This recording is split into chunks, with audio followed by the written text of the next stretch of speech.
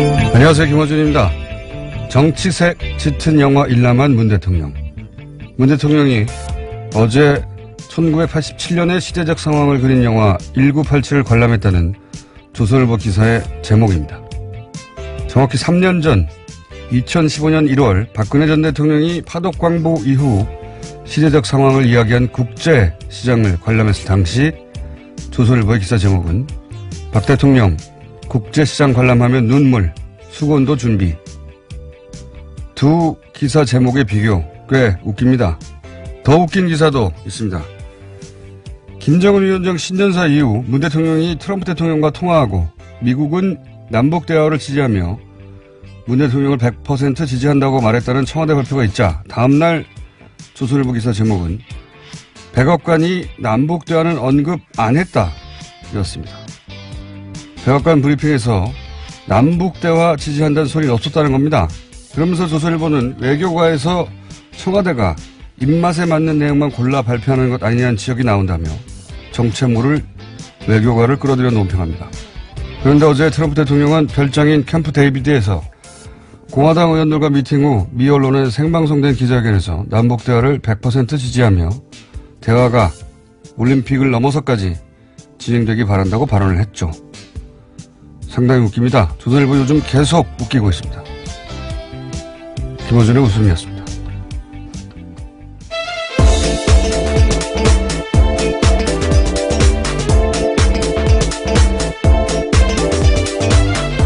시사인의 김은지입니다. 네. 조선일보는 참 안 되길 바라는데 뜻대로 잘 안 돼요. 예.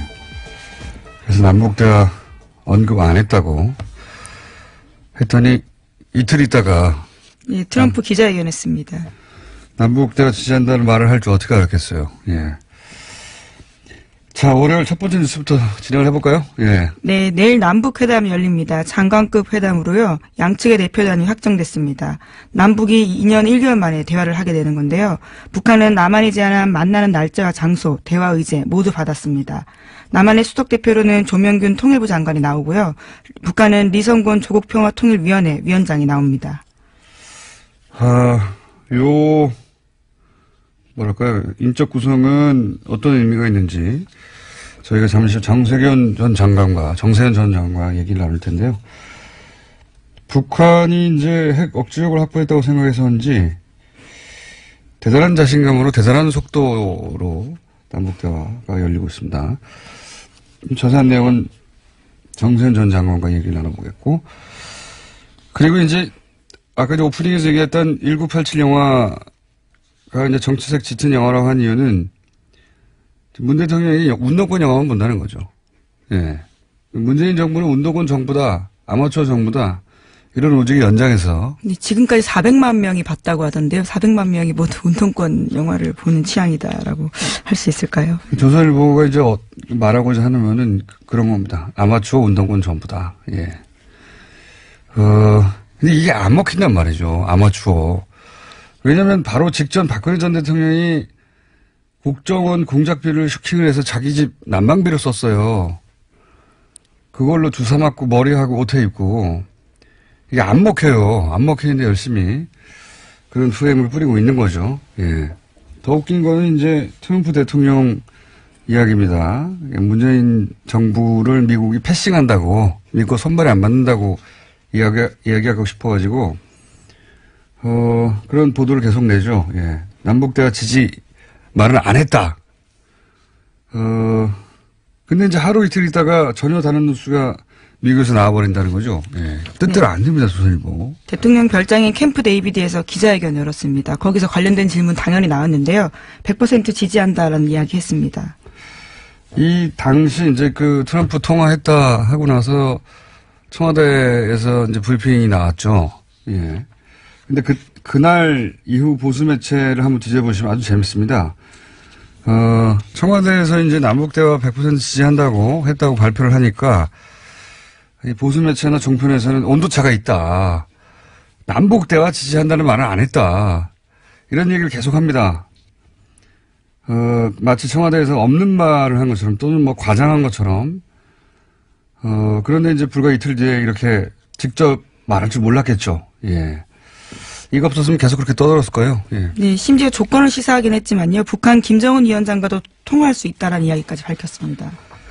자, 분위기가 바뀌고 있는데 이 얘기는 정세현 전 장관과 또 자세히 나누겠지만 관련 기사가 많이 나왔어요, 어제. 예. 네, 물론 트럼프 대통령은 이와 같은 남북대화 분위기 조성에는 자신이 가장 큰 기여했다라고 스스로를 칭찬하긴 했습니다. 기자회견에서 한 이야기인데요. 한반도 정세를 주도한 역할에 대해서 문재인 대통령이 자신에게 거듭 감사의 뜻을 표시했다고 밝혔습니다.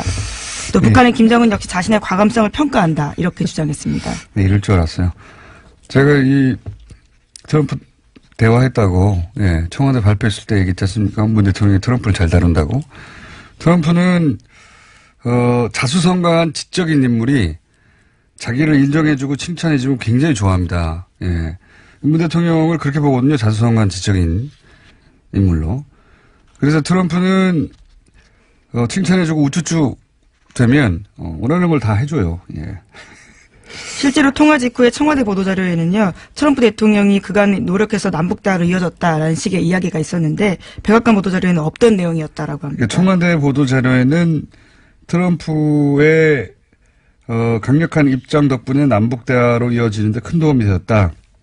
이렇게 일부러 넣어준 거죠. 예, 영향력과 위상을 공개적으로 인정하는 분위기를 잡은 겁니다. 예, 이런 거 앞으로도 넣어줘야 됩니다. 트럼프 대통령은 다른 사람 말 중에 자기가 듣고 싶은 말만 골라서 듣거든요. 듣고 싶은 걸 들려주고, 우리 거 챙기고, 예. 저도 트럼프 대통령의 기자회견 풀 버전을 봤는데, 자기 자랑을 몇 차례나 해요. 예. 몇 번이나. 네, 20분 남짓했는데요. 3차례나 언급했다라고 합니다. 자기 덕분이라고요. 남북대화 관련 부분은 그 중에 몇 분 안 되거든요. 전체가 남북대화가 아니라. 그 중에 뭐 한 2분 될래나? 그 중에 말끝마다 자기가 자기 칭찬을 합니다. 다 나 때문이라고. 그걸 서너 차례 언급을 하고. 예, 하지만 영미 언론은 좀 박한 평가를 하고 있는데요. 워싱턴 포스트는 트럼프 대통령은 한반도 문제에서 구경꾼처럼 보인다라고 썼습니다. 그러니까 이제 이 남북 문제를 남북이 해결하고 있다는 겁니다. 예. 그리고 네, 영국 가디언도 그렇게 썼는데요. 남북 대화의 공을 가로채려 하고 있다라고 비판했다고 합니다. 자화자찬하니까 상관없어요. 칭찬해주죠. 뭐 돈 듭니까? 칭찬 계속 해주고 예, 우리가 원하는 대로 가면 됩니다. 예, 우리가 원하는 방향으로 끌고 가면 됩니다. 근데 이렇게 칭찬하면 이렇게 될 줄 알았어요. 자, 다음 뉴스는요. 네, 국세청이 다스에 대해서 특별 세무조사 착수했다라는 소식을 전해드린 바가 있는데요. 이번 특별 세무조사의 목표가 다스의 해외 자금 거래에 초점이 맞춰져 있다라고 시사인이 보도했습니다. 국세청은 현대차 납품 비용으로 받은 해외 매출 채권의 일부가 페이퍼 컴퍼니로 흘러간 단서를 확보했다라고 하는데요. 이 기사에 따르면 국세청이 한 고위 관계자를 인용해서 다음과 같이 보도하고 있습니다. 미국에서 현대차로부터 받은 해외 매출 채권 500여억 원 가운데 120여억 원이 다스 법인에 들어오지 않고 사라졌다라면서요. 의심이 가는 페이퍼 컴퍼니 몇 개를 지켜보고 있다라고 합니다.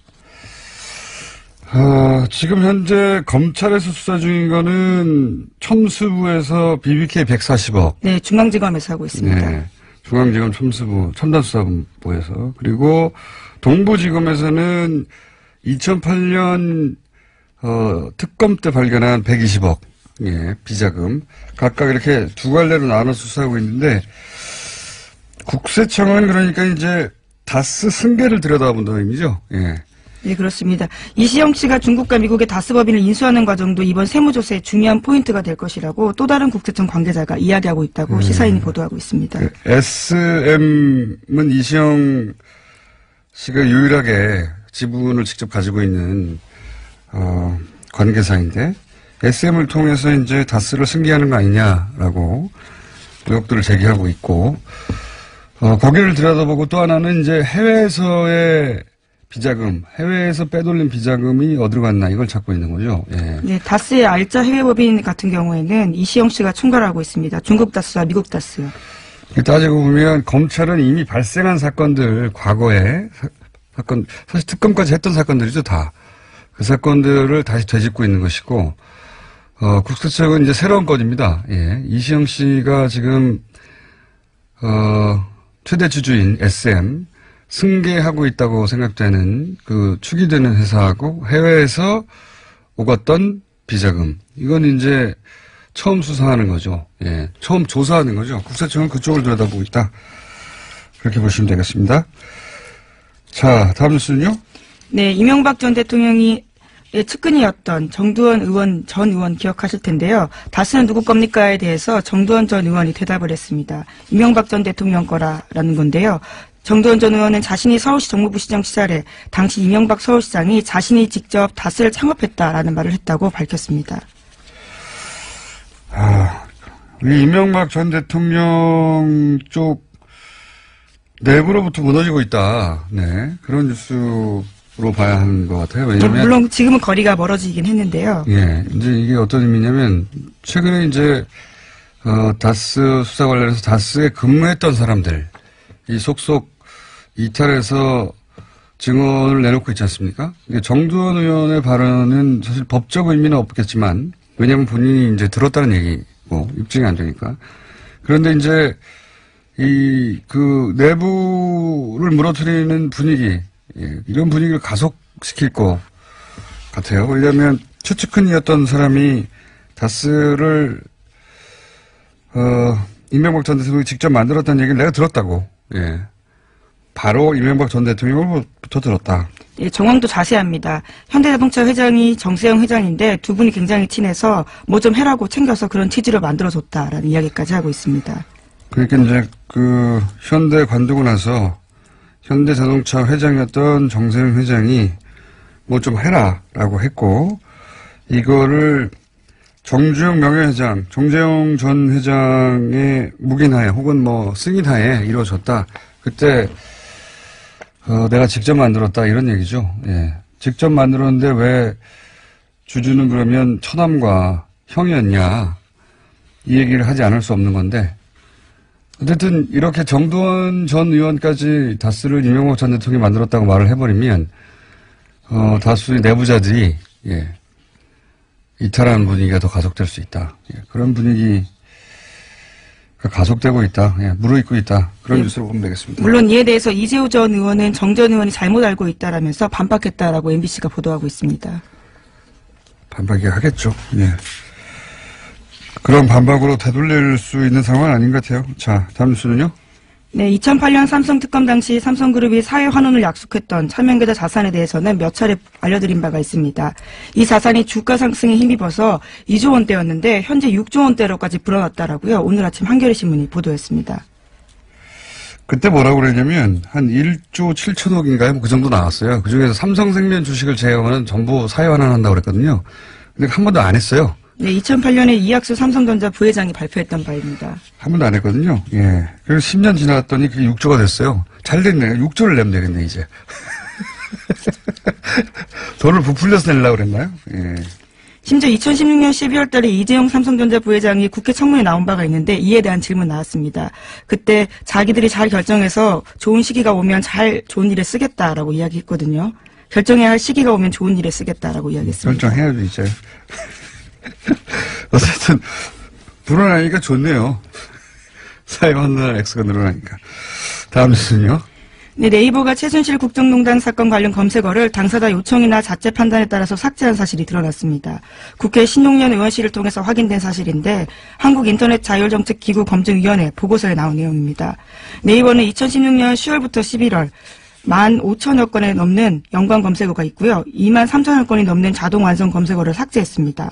당시 삭제한 연관 검색어와 자동 완성 검색어는 국정농단 관련된 키워드가 상당수였습니다. 이 중 일부 삭제의 경우 적절하지 않다라고 해당 기구가 지적했습니다. 저도 이 보고서를 구해서 직접 봤는데 작년 11월 말에 있었어요. 한국인터넷자율정책기구 키소 보고서인데 이거는 이제 2011년인가요? 12년에 검색어 삭제 의혹이 크게 불거진 적이 있습니다. 네, 2012년이었습니다. 네. 네. 그러자 이제 외부에서 검증받자 이렇게 그런 취지로 발족한 기구인데 이건 기업들이 모여서 발족을 시킨 거예요. 기업들이 자기를 스스로 검증하는 셈이에요. 게다가 여기 의장을 네이버나 다음 대표들이 했거든요. 이게 한계가 뭐냐면 그런 기록을 남기지 않고 보고하지 않고 하는 삭제는 그럼 어떻게 하느냐. 예. 왜냐하면 이 지금 현재 검증은 기업이 스스로 제출한 것만을 대상으로 하는 겁니다. 이게 포털의 서버를 직접 그 로그를 전체를 확보해서 검증하는 게 아니에요. 그러다 보니까 기록을 남기지도 않고 보고하지도 않은, 제출하지도 않은 삭제는 검증 대상에서 빠지는 거죠. 그런 한계가 있고, 구체적으로 예를 들어 장충기 문자 또는 최근에 네이버가 처음으로 인정했던 스포츠 뉴스 배치 조작, 이런 건 제출 안 하거든요. 예. 그런 실제로 더 문제가 될 만한, 있을 법한 그런 삭제는 기소에서 검증이 불가능합니다. 예. 기업이 제출한 자료만을 기준으로 하기 때문에. 네, 이번에 나온 건은요, 박근혜 7시간 시술, 그리고 하나 김승현 회장의 아들인 김동선 정유라 마장 마술, 이러한 키워드입니다. 기소위원회 자체는 열심히 하겠지만 그런 한계를 원천적으로 안고 있다. 그리고 이번 보고서도 전체적으로는 문제가 없다고 했어요. 그리고 과거에도 이런 비판을 많이 받았어요. 기소 보고서가 이렇게 한계를 가진 보고서인데 여기서 문제가 없다 하면 면죄부 주는 그런 기능만 하는 거 아니냐, 이런 보고가 있었고, 그런데 이제 이번 보고서 같은 경우에는 그런 제출한 검색어 삭제만을 대상으로 했음에도 불구하고 몇 가지 문제가 있었다. 예를 들어서 김동선 정유라 마장 마술을 삭제했는데, 이게 이제 하나그룹 김승현 회장의 아들이거든요. 정유라 씨하고 이제 연관 검색어로 나왔는데 이거 삭제했어요. 왜냐면 명예훼손이나 이런 거 때문이겠죠. 근데 2014년에 아시안게임 승마 마장마술 단체에서 같이 메달을 딴 바가 있습니다. 근데 이게 이제 연관 검색어가 그렇게 삭제해서는 안 되는 게, 당시 어떤 의혹이 동시에 제기됐냐면, 하나가 이제 승마 회장사였지 않습니까? 그러다가 삼성으로 회장사가 넘어가죠.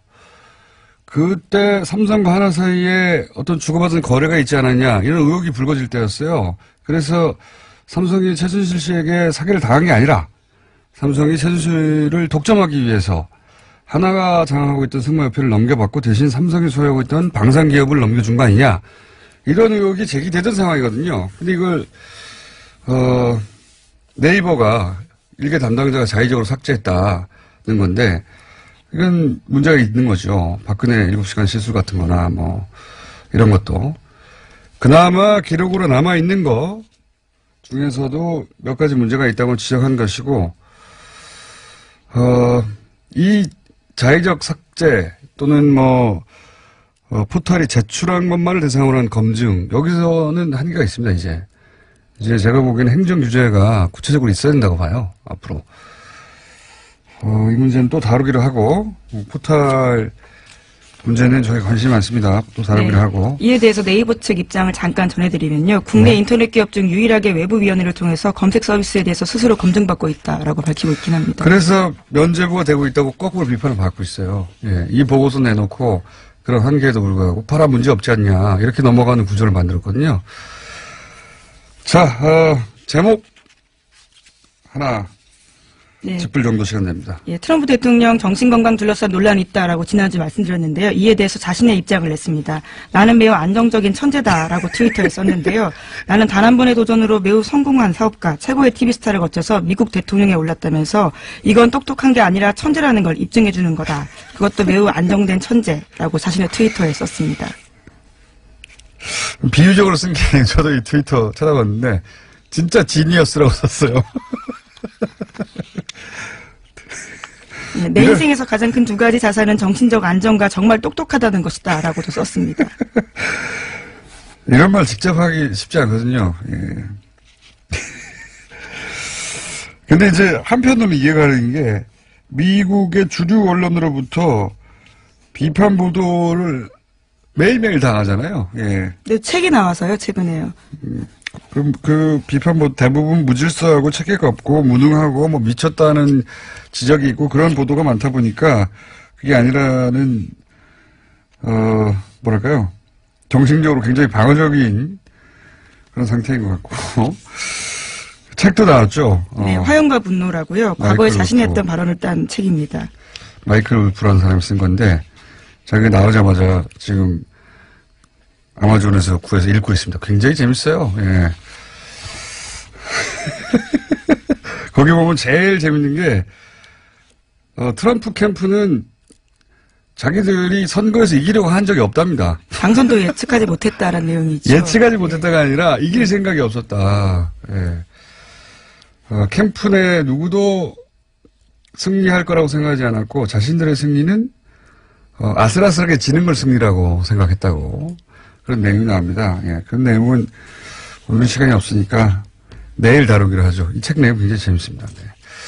여기까지 하겠습니다. 시사인의 김은지였습니다. 감사합니다. 남북 고위급 회담 대표단이 확정됐습니다. 남북대화 진척 속도 아주 빠릅니다. 과거 고위급 회담 대표단으로 직접 북한과 대화했던 까칠한 정세현 전 통일부 장관 전화 연결됐습니다. 안녕하세요, 장관님. 예. 이제는 까칠하다는 거 그냥 받아들이시는군요. 예. 지난 2일 날 저희가 인터뷰할 때 뭐라고 하셨냐면, 우리 정부 쪽에서 강하게 얘기하면 트럼프 대통령 태도가 남북 대화 지지로 바뀔 거라고. 왜냐면 처음에는 두고 보자 이런 얘기를 했었기 때문에 트럼프 대통령이. 그때 그렇게 언급을 하셨는데 장관님 예상대로 됐습니다. 일단 본인 자랑을 먼저 해주십시오. 아니요. 무슨 소가 뒷걸음지다 쥐잡은 거지. 무슨 뻘것입니까. 네. 판을 깔아드리니까 자랑을 안 하시고. 예. 제가 대신할게요. 장관님 짱입니다. 예상대로 됐고요. 예. 트럼프 대통령이 그 남북대 100% 지지한다. 남북회담이 평창을 넘어서는 의제까지 다루길 기대한다. 이런 말을 했어요. 처음에는 미국 쪽 반응이 두고 보자 이렇게 시큰둥한 편이었는데, 문 대통령과 통화 뒤에 100% 지지 입장을 선택을 했어요. 예. 이런 변화를 예측하신 건 어떤 근거로 그런 변화를 예측하신 겁니까? 4일날 문 대통령하고 트럼프 대통령이 통화했다고 언론에 보도가 됐죠. 네. 그 통화하는 과정에서 남북 대화를 통해서 북핵 문제 해결과 관련된 북미 대화, 미북 대화도 할 수 있도록 역할을 하겠다 하는 그런 얘기를 했다고 이게 보도가 됐었습니다. 네네. 바로 그 대목에서 트럼프가 이거 지금 그동안에 압박과 제재로 북핵 문제 해결에 실마리를 풀어보려고 했었는데, 중국, 러시아가 이제 미국에 북한에 석유를 밀수출을 했느냐 하는 문제를 가지고 지금 시비가 붙어 있지 않습니까? 증거를 내놓고 한쪽에서는. 예. 결국에 이제 유엔 대북 제재가 이 옆에서 뒤로 샌다는 얘기입니다. 구멍이 뚫려가지고. 예. 그렇다면은 압박과 제재가 앞으로 효용이 없다는 얘기가 되는 셈인데, 그렇다면은 차라리 남북 대화가 열리는 이 기회를 활용해서 미북 대화에 기회를 포착하는 것이 좋다고 판단하는 것 같아요. 그 사람 비즈니스맨 아닙니까? 계산 빠르고 언론 이쪽에 올라탄 것 같습니다. 그러니까 100% 지지라는 말이 나오고, 필요하면은 도움이 필요하면 연락을 해달라고 그러고, 또 김정은 위원장과도 통화 가능하다는 얘기까지 지금 나오지 않았어요. 예. 그러니까 트럼프가 역시 이 계산 빠르다. 그 계산 빠른 트럼프를 문 대통령이 적절한 시점에 잘 움직였다.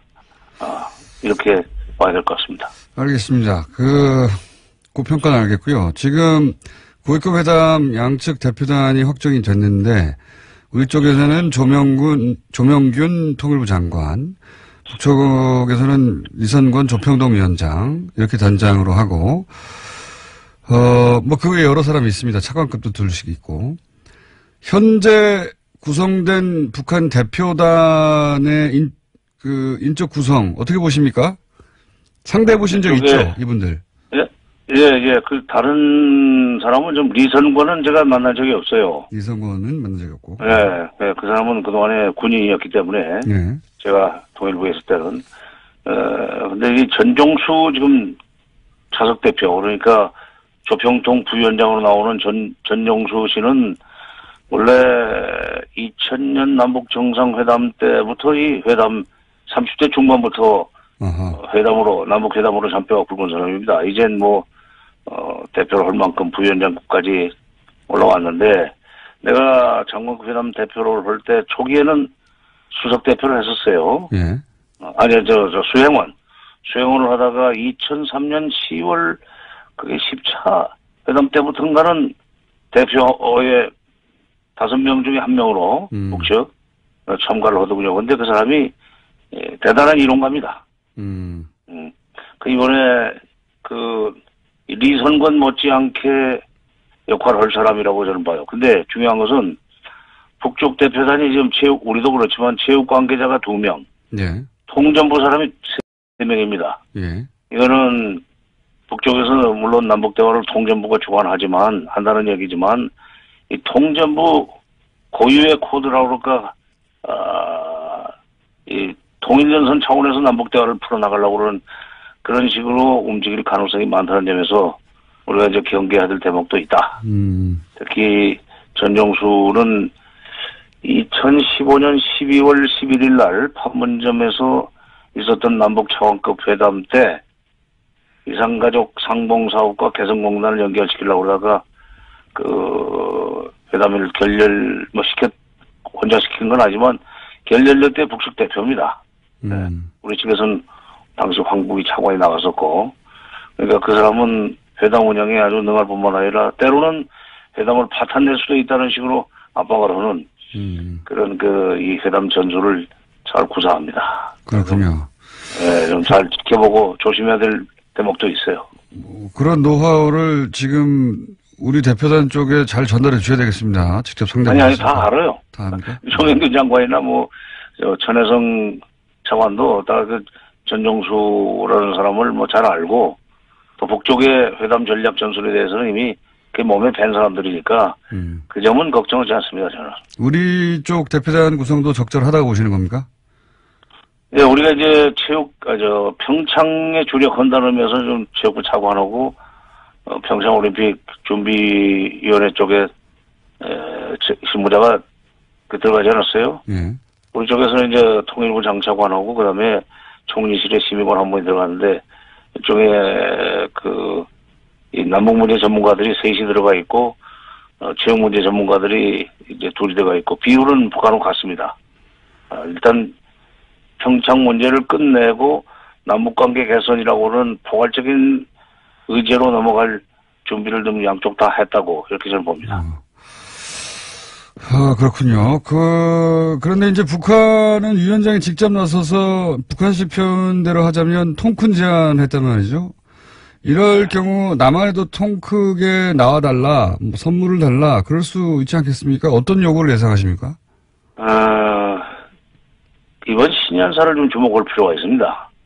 이번 신년사에서 김정일 위원장이 먼저 작년에 9월 9일 날, 금년 9월 9일 날 열리게 될 정권 수립 70주년 기념 행사가 민족적 이 경사라는 식으로 얘기를 했어요. 그러면서 남쪽에서는 금년에 겨울철 올림픽 대회가 열린다. 그것도 민족의 경사다. 이 2 행사를 잘 치르자 하는 그런 얘기로 시작을 했습니다. 그러면서 여러 가지 대남 제의를 했는데 이게 이제 그래서 이번 2월 달에 평창 올림픽, 3월 달에 패럴림픽을 잘 치르는 것까지는 협조를 할 거예요. 그 대신 거기에 대한 반대 급부를 반드시 요구할 겁니다. 그렇겠죠. 뭘 요구할까요? 대표적인 것이 9월 9일 날 열리는 자기네 정권 수립 70주년 행사에 무슨 이번에 평창에 오는 것 같은 그런 식의 대표단, 축하단 이런 것이 좀 올 수 없느냐 하는 얘기를 하지 않을까 하는 생각이 드는데 그게 이제 우리 국민 정서를 자극할 가능성이 있죠. 네. 그래서 그런 것은 우리 대표단이 잘 대처를 하리라고 봅니다만은 또 하나 이제 2월부터 시작해서 9월까지 그 행사가 평화로운 분위기 속에서 진행될 수 있도록 여러 가지 분위기를 조성해야 된다는 얘기를 할 겁니다. 예를 들어서 한미 군사 훈련을 9월까지 하지 말아달라거나. 그런 것도 있을 수 있고, 그 다음에 그거를 위해서 여러 가지 남북 간의 민간 차원의 다방면적인 교류와 협력 이것이 필요하다 하면서 남쪽 사람들 북쪽에 오는 거 무조건 받겠다라든지 또는 북한이 잘 쓰는 일종의 재정당 사회단체 연석회의 또는 전민족 대회, 범민족 회의 같은 그런 군중 집회성 통일 문제 행사를 자꾸 하자고 하면은 이쪽에서는 우리 쪽에서는 그걸 쌍수로 환영하면서 가겠다고 여기저기서 신청할 사람들이 좀 상당히 많이 있어요. 그런 단체들도 많이 있고 이게 잘못하면은 회담을 통해서 북핵 문제 해결에 전기를 말해야 되는 정부에게 부담이 될 수 있습니다. 그래서 이제 그건 북한이 그런 일을 좀 안 했으면 좋겠고 개성공단이나 금강산도 일단 뭐 짚고는 넘어갈 거예요. 근데 그것도 순서가 있고 그렇기 때문에 순서가 있는 문제니까 그건 차차 다루기로 하고 우선 첫째 북쪽이 이번에도 과욕을 부리지 말아야 된다. 그런 생각입니다. 근데 그건 뭐 북쪽의 마음이니까요. 우리가 그래도 예, 약간 그런 어려움들이 있을 수 있다. 이런 말씀이신 것 같고. 네. 제가 이제 이런 말씀을 여쭤보는 이유가 뭐냐면 2003년에는 평양에 직접 가셔가지고 그때 북한이 북미 양자회담을 주장할 때 육자회담을 성사시킨 경험이 직접 있으시지 않습니까? 그래서 제가 궁금한 것이 당시 그렇게 북한이 자기들의 요구사항이 분명히 있을 때 북한을 설득하신 경험을 가지신 분으로서 북한을 어떻게 설득하신 건지 과거의 경험을 한번 얘기해 주시고 우선. 예, 그때는 어떻게 설득하셨어요? 북한은 당연히 평화를 보장해 줄 곳은 미국이니까 미국하고 둘이 얘기하면 된다. 북미 회담만 있으면 된다고 주장했는데 결국 육자회담까지 만들어내셨거든요. 그때 어떻게 설득하셨습니까? 그거 간단합니다. 미국이 지금 오자회담을 하자고 그러는데 절대로 양자회담은 미국은 받지 않을 거다. 오자회담을 하는데 오자회담이 마음에 안 들면은 차라리 당신네가 러시아를 거기다 넣어가지고 육자회담으로 모양을 만들어라. 과거에 양자회담으로 합의를 해가지고 쭉 경추로 원자력 발전소도 건설해 왔었는데 93년 4년지간에 제네바 때 2002년 말까지 공사가 잘 됐었는데 미국이 그걸 깨려고 그러니까 그걸 막을 안전핀이 없지 않았었느냐 안전장치가 양자 간의 협의는 그렇다. 그러니까 다자회담으로 해서 그럼 한쪽이 회담을 깨려고 할 때 그 합의를 깨려고 할 때 그걸 견제하는 장치가 필요하지 않느냐. 그러려면은 차라리 미국이 요구하는 오자회담 플러스 알파로 해서 러시아를 포함시키는 게 좋다 해가지고 2003년에 그게 시작이 됐죠. 그러니까 오자회담이었다가 이제 북한이 중국도 못 믿는다고 하니까 러시아를 그러면 껴넣자 이렇게 해서 육자회담이 된 거군요. 그건 뭐 아이디어를 준 셈이죠. 그러면 만약에 이번에 이제 북한은 대북 억제력은 자기들이 확보했다고 생각하고 이제 경제를 외치고 있지 않습니까? 네. 그런데 미국은 대북 제재가 가장 중요하다. 이게 현재까지 입장인데 경제 문제 해결을 바라는 북한 입장에서는 뭐 남북 경제, 문화, 교류 이런 걸 요구할 텐데 이러면은 미국 대북 제재하고 충돌하지 않습니까? 이런 걸 어떻게 풀어야 됩니까? 과거의 경험을 비춰보자면. 북한이 과욕을 부리지 말아야 돼요. 그러니까 내내 경제도 활성화시키면서 뭐 여러 가지 남북 대화를 통해서 이제 챙기고 싶은 것이 있어요. 예. 미북 대화로 건너가고 싶은 겁니다. 근데 미북 대화로 건너가려면은 이번에 남쪽을 상대로 한 통일전선 차원의 여러 가지 이 평화 공세라고 할까 이런 것을 좀 자제하고 차라리 여기서 한국 정부와 긴밀하게 협의를 하는 식으로 이렇게 나가야 됩니다. 그러려면은 거기서 뭐라고 합니까? 아까 여러 가지 요구를 제기할 수 있다고 그러는데 9월까지 우선 평화 분위기를 조성하기 위해서 통일전선 차원에서 제 정당 사이다지 연석회의라든가 뭐 이런 것을 열자는 식으로 이렇게 자꾸 이 남쪽에다 대고 무슨 메시지를 보내고 편지 보내는 이런 짓 좀 하지 말고 한국 정부와 긴밀하게 협의를 해가면서 한국 정부가 빠른 시간 내에 트럼프와 김정은 위원장 사이, 트럼프 대통령과 김정은 위원장 사이 진짜 트럼프의 희망대로 통화가 될 수 있도록 그런 식으로 주선해주길 바라는 그런 이 협조를 요청해야 돼요. 내막적으로 하면 됩니다, 그게. 그러니까 지금 장관님 말씀은 장관님 경우로 봐서도 그렇고 북한이 요구한다고 그걸 다 들을 수 있는 것도 아니고 상황이 있기 때문에 여러 가지 논리로 북한의 요구 사항을 잘 이렇게 다독거리면서 우리가 원하는 대로 끌고 가야 되는데 그중에 가장 급한 것 중에 하나는 북미 간의 통화를 하게 만든다든가 또는 북한이 욕심을 부리한테 자제시킨다든가 뭐 그런 우리 나름의 구체적인 전략이 분명하게 있어야 되는 거군요. 그렇죠. 아니 그러니까 지금 저쪽에 회담 대표단이 3명이나 지금 통전부가 들어가 있는데 예. 통전부 사람들은 아마 통전부 코드로 회담을 운영하려고 할 거예요. 통전부 코드라는 건 어떤 의미입니까? 남쪽을 상대로 해서 가지 평화공세하고 뭐 자기네들 것만 챙기려고 그러고 남쪽을 어떤 점에서는 좀 교란하고 이간질을 붙이고 이런 남남 갈등 뭐 이런 거를 노리지 말고 예. 통전부 코드로 하지 말고 외교부 코드로 좀 이번 회담을 운영을 해서 빨리 미북 대화로 건너갈 수 있도록 좀 회담을 합리적으로 운영을 하라 이거죠. 지금 합리적으로. 장관님은 저랑 인터뷰 하시면서 북한한테 들으라고 지금 하신 말씀이신 거죠? 아니 이건 북한한테 북한한테 까칠하게 얘기를 한 거예요. 그러니까 지금까지 통전부 코드로 대화 운영하려고 하지 말고. 알겠습니다. 이번에는 외교부 코드도 좀 섞어라. 그런 얘기죠. 오늘 여기까지 듣고요. 요 회담 진행되면 또 중간중간 연결하겠습니다. 네. 예. 네, 장관님 정도의 경험을 하신 분이 없기 때문에, 다른 사람 연결할 분이 별로 없어요. 네. 까칠하다면서요. 할 수 없죠. 뭐, 찾겠습니다, 제가. 오늘 여기까지 하겠습니다. 예. 감사합니다. 지금까지 정세현 전 통일부 장관이었습니다. 자, 항상 4부였는데, 하다 많은 코너였는데, 우선 2부로 땡겨왔습니다. 여러 가지 사정상. 게스트가 이렇게 저렇게 뒤엉켜가지고요. 예. 인문결 연구소 소장, 임상훈 소장님 나오셨습니다. 안녕하십니까. 네, 안녕하십니까. 예. 자, 달려가 볼까요? 네. 달려가다가 못 끝내도 네. 이제 저는 이제 해결책이 있으니까 그때 말씀드린 것처럼 네. 뉴스 공장에다가 이제 하청 공장을 만들었습니다. 그래서 뉴스 하청 공장 만들어서 오늘 다 못다한 얘기는 거기서 이제 계속 또 할 수 블로그에서 네네. 연속으로 올리는 걸로 팟캐스트로 만들기로 해서 블로그 장사를 이렇게 연결하시는군요.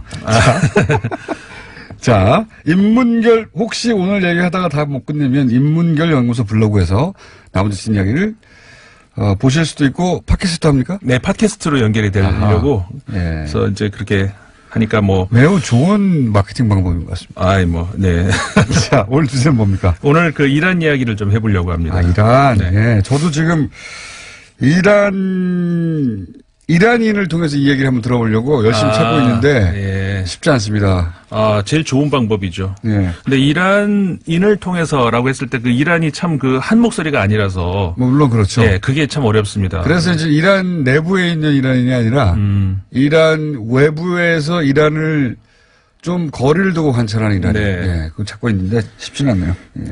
일단 찾으시기 전까지는 제가 한번 간단하게 브리핑을 해드리겠습니다. 이란에서 일단 무슨 일이 나고 있는가, 보도를 많이 보셨겠습니다만은 20명 이상 사망했다는 보도가 네, 사망자가 이제 그렇게 나오고 체포된 사람만 해도 수백 명에서 1000명까지도 나왔다는 그런 이야기도 있고, 근데 혁명 수비대가 이제 치안, 그러니까 최종적인, 그다음에 보안 이런 걸 관할하기 때문에, 사실상 얼마큼 정말 피해자가 규모가 나왔는지는 우리가 정확하게 알 수는 없죠. 게다가 언론 통제도 있기 때문에. 네. 인터넷도 여러 차례 차단이 됐어요. 근데 텔레그램도 끊어져 버리고. 예, 이란에서 이제 가장 많이 쓰고 있는 SNS가 텔레그램인데, 텔레그램에 이제 올라가 있는 사진이라든가 이런 것들이 계속 수시로 이렇게 차단이 돼요. 네. 그러면서 다시 연결됐다가 또 끊어지고 이렇게 반복되기 때문에 정확하게 우리가 판단하기는 어렵습니다만은 여러 가지 정황상, 그 다음에 이제 미국 쪽, 그 다음에 유럽 쪽 다양한 또 외신들의 보도를 정확히 본 결과를 이제 말씀을 드릴 수 있는 건데. 이유가 뭡니까, 이게? 처음에 이 시작이 된 것은 마슈하드라고 하는 두 번째로 중요한 테헤란 다음으로 중요한 도시에서 출발이 됐어요. 시작이 됐는데 그 도시가 어떤 도시냐면은 지난 대선 때, 그러니까 현 로하니 대통령과 겨루었던 라이시라고 하는 검사 출신의 극우 성향의 정치인이 있습니다. 그러니까 로하니 대통령의 정적이라고 할 수 있는데. 로하니 대통령은 상대적으로 중립적이고 상대적으로 조금 진보적인 대통령입니다. 그렇죠. 약간 개혁 성향이고 온건 성향이고. 그런. 진보라고 해봤자 우리만큼의 진보는 아니고. 그렇죠. 어쨌든 거기에 상대적이니까. 네, 상대적으로. 그 이란에서는 진보적이라고 할 수가 있는데 이제 외부의 다른 국가와 비교해서는 이제 진보라고 하기는 어렵지만 아무튼 그 라이시라고 하는 그 정적이 뭐라고 말하자면은 그 주 무대로 하고 있는 그 도시거든요. 아, 그렇군요. 그러니까 한마디로 말해서 현 로하니 대통령의 어떤 개혁, 어떤 방향 그런 거에 대해서 정치적으로 어떤 태클을 걸려고 하는 그런 데서 시작이 됐습니다. 극우 성향의 정적이 기반한 도시에서 출발을 한 거군요. 그렇죠. 그러니까 로하니 대통령을 겨누고 시작된 반정부 시 그렇죠. 그렇게 시작이 됐다고 할 수가 있는데 이게 원하지 않은 방향으로 물꼬가 틀어졌어요. 처음에는 로하니 대통령을 향해서 물러나라 그런 구호가 나왔다가 조금 지나면서는 이제는 로하니 대통령이 문제가 아니라 최고 지도자죠. 하메네이 지도자를 향해서 내려와라. 레짐 체인지 얘기까지 나오고 이렇게 흘러가니까 어떻게 보면 그러면서 그다음에는 처음에는 그 마슈하드라는 도시에서 시작이 됐는데 전국적으로 번진 거죠. 시위는 사실은 정적이 이제 현 정치 지도자를 향해서 다음 자기가 대통령 하려고 그렇게 시작된 건데 이제 한번 시작되고 났더니 그동안 축적돼 있던 이란 내부의 문제들이 이제 한꺼번에 폭발하는 건데 그중에서 경제 문제도 큰 것 같고 그죠? 굉장히 크죠. 경제 문제라고 얘기를 했을 때 이란의 경제 문제는 우리가 지금 뭐 1, 2년 문제가 아니잖아요. 서방이 제재를 너무 오랫동안 그렇죠. 미국을 위시해서 그 서방이 오랫동안 경제 제재를 해온 나라였기 때문에 석유라든가 특히 그러니까 국민들의 민생에 직접적으로 관련될 수 있는 그런 것들도 굉장히 힘들고 그리고도 인플레이션이 문제가 굉장히 심각했었어요. 그러니까 아마디네자드라고 하는 그러니까 현 로하니 대통령의 전임 대통령 당시에 인플레이션이 40% 그렇게 됐었거든요. 그러니까는 지금 현재 로하니 대통령 시기에 인플레이션을 지금 통계를 보면 10%거든요. 그러니까 이것만 해도 크잖아요. 잡히긴 잡혔는데도 여전히. 그렇죠. 잡혔다고 할 수 있는데도 그래도 어쨌든 간에 여전히 국민들은 힘들다는 거죠. 게다가 올해 그러니까 지난해죠. 지난해 1년 동안 트럼프 대통령이 미국 하에서 이란하고의 과거 2015년에 핵협상 타결했던 것을 거꾸로 돌리려고 하잖아요. 국민들이 이제 더 이상은 못 참겠다. 이게 뭐냐, 국가가. 이제 그렇게 폭발을 한 거죠. 그렇군요. 경제 문제, 그리고 오랫동안 이제 풀리나 싶은데 다시 한번 또 조이는 것 같고.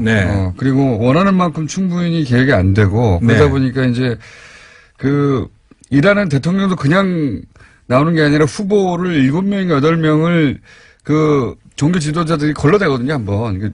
종교 국가예요, 여전히. 그렇죠. 그러다 보니까 대통령이 우리처럼 정권을 행사하는 게 아니라 그 위에 정치 지도자들이 있다고 생각하니까 정치 지도자를 향해서 이제 시위가 그쪽을 향하기 시작했다. 그렇죠. 그러니까는 이란을 우리가 문제를 볼 때는 예를 들어서 뭐 반정부다, 반기득권이다 이렇게 얘기했을 때 하나의 목소리로 보기가 어려운 것이 아까 이제 이 최고 지도자라고 할 수 있는 하메네이가 있죠. 그러니까는 종교 지도자죠. 그렇죠. 79년 이후로 그러니까 이란 이슬람 혁명이 일어난 이후로 왕정 국가가 소위 공화국정이 됐다고 하는데 사실 뭐 공화정이라고 하기는 어렵잖아요. 또 다른 왕정이 된 건데, 그러니까 종교 국가가 된 거, 신정 국가가 된 거죠. 신정 국가가 된 거죠. 그리고 하메네이 지도자는 종신입니다. 그리고 굉장히 보수 성향의 어떤 그런죠. 당연히 종교 지도자니까. 그렇죠. 근데 그 이후에 로하니라고 하는 약간 온건 성향, 개혁 성향의 대통령이 나왔지만, 그러니까 목소리가 둘이 다를 수가 있는 거죠. 그리고 아까, 라이시 정적이라고 얘기했던 그 사람 같은 경우에는 극우. 그러니까는 하메네이 최고 지도자가 지지를 하고 있는. 그러니까 그 두 목소리가 서로 다른 정부에서 복잡하겠네요, 여기. 굉장히 진짜. 복잡해요. 그래서 이게 국민들도 이들을 뭐라고 할까요? 반정부라고 했을 때 양쪽에서 같이 목소리가 나온다는 거예요. 자, 더 자세한 내용은 인문경연구소 블로그에 가보십시오. 임성훈 소장님이었습니다. 감사합니다. 네, 감사합니다. 국세청의 다스 특별 세무조사에 대해서 이명박 전 대통령 측 그리고 조선일보, 자유한국당에서는 정치보복 조사라고 반발하고 있습니다. 더불어민주당 적폐청산위원장 박범계 최고위원 연결해서 이 문제 짚어보겠습니다. 안녕하세요, 의원님. 네, 반갑습니다. 네. 조선일보 그리고 자유한국당에서는 이 특별 세무조사를 정치보복 세무 사찰에 시작됐다 이렇게 기사로 보도하고 있습니다. 그러니까 노무현 대통령을 타겟으로 했던 태광실업 특별 세무조사하고 판박이다 이런 논리인데요. 적폐청산 위원장으로서 이 주장에 대해서 어떤 입장이십니까? 네, 일단 이 황금 개띠의 해에서 자꾸 그렇게 견공들을 비하하고 참 충견이라는 것이 굉장히 좋은 말인데 예. 그렇게 나쁜 쪽으로 우리 견공들을 자꾸 비하하는 발언들을 계속 하는 것에 대해서 유감이고요. 검찰을 충견이라고 하셔서 이제 거기에 대해서 말씀하시는 거죠? 충견 맹견 말씀하셨죠, 홍준표께서요. 나쁜 의미의 충견 맹견으로 얘기했습니다. 그것은 너무 우리 견공들 비하하는 발언이고요. 이번에 뭐 정치보복 뭐 조선일보도 얘기했고 뭐 또 자유한국당에서 쭉 나오고 있는데 성과가 있다면 노무현 대통령 관련해서 서울국세청 조사 사국이 특별세무조사한 것이 정치보복이다라는 것은 인정을 하는 것 같습니다. 이제는. 예. 그런데 이것과 지금 현재 서울지방국세청 조사 사국이 다스 본사에 대한 특별세무조사를 하는 것을 같은 선상에서 보고 있는 것은 예. 사안의 실체를 제대로 보지 못하고 비교할 성질의 것이 아닌데 그것을 정치적 일종의 프레임으로 정치적 공세로 지금 같은 사안으로 지금 치부해서 쓰고 있는 것 같습니다. 차이가 있다면 어떻게 차이가 있습니까? 간단하게 짚어주시면. 큰 차이가 많죠. 노무현 대통령을 겨냥한 박연차 태광실업 세무조사 건은 아무도 알지 못하는 소위 기관 간의 내밀한 어떤 첩보에 기초해가지고 느닷없이 관할을 뛰어넘어서 했던 그 특별세무조사고요. 이번 다스와 관련된 다스는 다스는 누구 겁니까?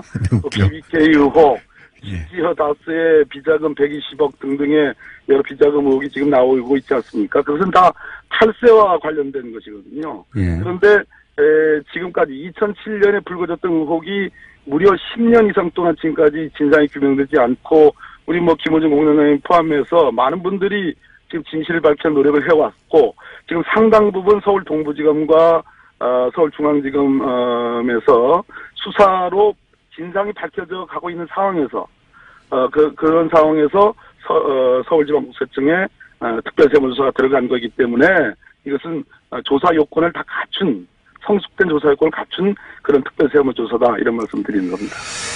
알겠습니다. 네. 그런데 이제 이 특별세무조사 때 SBS가 보도한 건데요. 핵심 인사로 지목된 2008년 특검 때 120억을 개인 횡령했다고 결론을 낸 당사자인 경리 정모 씨가 세무조사 3시간 전에 자리를 떠났다 이런 SBS 보도가 있었거든요. 이게 사실이라면 이 정보의 유출 경로는 검찰 수사 대상 아닙니까?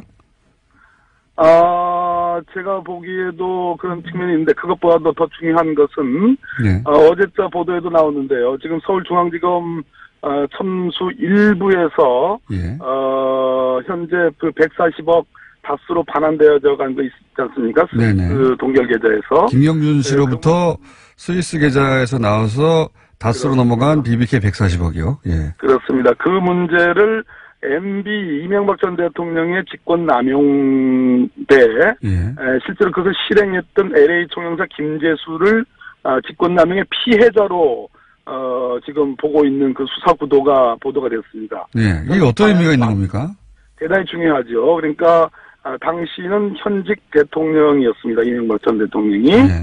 그 대통령이었고 이 140억이 돌려져 가기 전에 다른 소송에서 김재수 씨는 미국에서 다스의 대리인이었습니다. 다스의 법적 대리인 변호사였죠. 그렇습니다. 예. 그런 사람을 지금 요건에도 맞지 않는 LA 총영사로 이명박 전 대통령이 임명을 했죠. 예. 그런데 LA 총영사가 관여를 해가지고 이 140억이 다스로 돌려갈 수 없는 거, 옵셔널 캐피털의 소유인데 그쪽으로 가야 되는데 다스로 돌려간 것은 직권남용이 있고 그 직권남용을 할 만한 사람은 당시 대통령밖에 없지 않느냐라고 그런 의혹을 검찰은 갖고 있는 겁니다. 예. 그렇다면 대통령의 명령을 따르지 않을 수 없는 사람들이기 때문에 김재수 씨조차도 피해자로 보는 거죠. 아하. 이 얘기는 무슨 얘기냐면 다스 비자금 120억 관련해서도 조모양, 그 격리 여직원 조모양조차도 피해자고 하나의 수단의 도구에 불과했기 때문에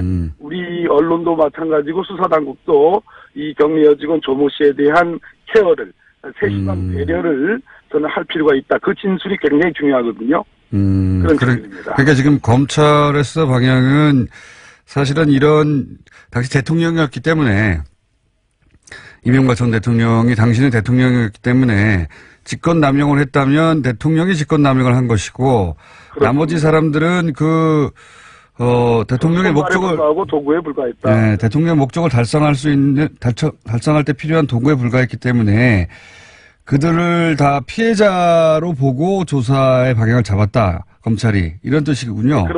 그런 보도가 나왔고 제가 보기에는 그 보도가 맞는 것 같고 그 방향도 맞는 것 같다. 김재수 씨의 진술이 절대적으로 필요한 상황이거든요. 그렇군요. 그 김재수 LA 총영사 같은 경우에 영주권자로 알고 있는데 그러니까 우리 검찰이 막 소환할 수 없는 거 아닙니까? 협조가 있어야 되는 거 아닙니까? 그렇습니다. 김재수 씨가 자진해서 입국해서 진술해야 되는 상황인 것 같습니다. 그리고 그런 맥락에서 이 격리도 역시 그 실소유주가 지시한 것을 이행했을 뿐인 피해자로 보고 검찰이 수사할 수 있도록 언론도 그 방향에서 이런 분들을 다뤄주길 바란다 이런 말씀이시군요. 네, 맞습니다. 그 조모양의 진술은 대단히 중요하고요. 예. 동부지검의 다스 120억 비자금과 관련된 비자금이든 뭐 횡령인지 그건 아직 분명하지 않습니다만 그 수사와 관련해서 결정적인 분들이 그 조모양이고 그 조모양의 상사였던 당시 사장이었던 김성호 씨 출국 금지가 됐죠. 또 우리가 다스의 일반적인 뭐 형식상의 소유주로 알려져 있는 이명박 전 대통령의 큰 형인 이상은 씨 그리고 이상은 씨의 그 아들인 이동영 씨 이런 사람들의 진술들은 전 매우 중요하다고 보여집니다. 그래서 검찰도 그리고 언론도 이명박 전 대통령을 제외하고는 공범이 아니라 그 명령을 거역할 수 없었던 도구로 활용된 사람들로 보고 수사도 잡고 언론도 보도하는 게 필요한 시점이다. 그분들의 협조가 필요하니까 이런 말씀이신 것 같네요. 다만 하나 더 말씀드리면 다스 비자금 건과 관련해서 이상은 그 사실 형식상의 명목상의 이제 주인이죠. 이상은 회장 그리고 그 아들 실질적으로 다스의 경영에 관여했던 이동영 씨와 관련된 일종의 탈세 의혹은 있습니다. 그 부분은 제가 뭐 수일 내에 밝힐 예정인데요. 그런 탈세 의혹은 있고 그것은 이상은 씨 출국 금지된 하나의 원인이 될 거라고 저는 보고요. 이상은 씨, 이동영 씨의 진술이 바로 그 대목에서 중요한 하나의 연결고리가 될 수 있다 이런 말씀입니다. 지금 명예가 아니라 실질 회장이죠 참 농부상에. 최대 주주인 이명박 전 대통령의 형 이상은 씨와 관련한 탈세 혐의는 아직 보도가 안 됐는데 곧 보도될 예정으로 알고 계신 것이고. 보도가 될는지는 모르겠습니다만 제가 저는 알고 있습니다. 그러시군요. 네. 의원님이 입수한 정보에 의하면 탈세 정보가 있고, 그것은 보도될지 않을지 모르지만 탈세 정보가 있다. 그런데 지금 이제 크게 검찰은 두 갈래로 수사하고 있지 않습니까? 다스가 김경준 씨로부터 되돌려받은 스위스 계좌에 있던 140억과 그리고 2008년 특검이 찾았다가 묻어버린 120억 이렇게 두 갈래로 수사하고 있지 않습니까? 그렇습니다. 그런데 이제 청와대에서 140억 관련해서 140억을 돌려받는데 청와대 민정실의 양모 행정관이 직접 관여했고 그리고 LA 총영사도 관여했다. 이런 내용은 주준 기자가 이제 뉴스공장에서 밝힌 바가 있습니다. 네네. 밝힌 바가 있는데 의원님이 확보하고 있는 또 다른 문건이 있다면서요. 양모 행정관이 관여한. 이 문건은 뭐 전혀 처음 나오는 것은 아니고요. 역시 기자 또 알고 있는 것으로 제가 알고 있고요. 모 방송 시사 프로그램에서 아주 살짝 공개는 됐었습니다. 그런데 요거와 관련해서 먼저 좀 전제해야 될 부분인데요.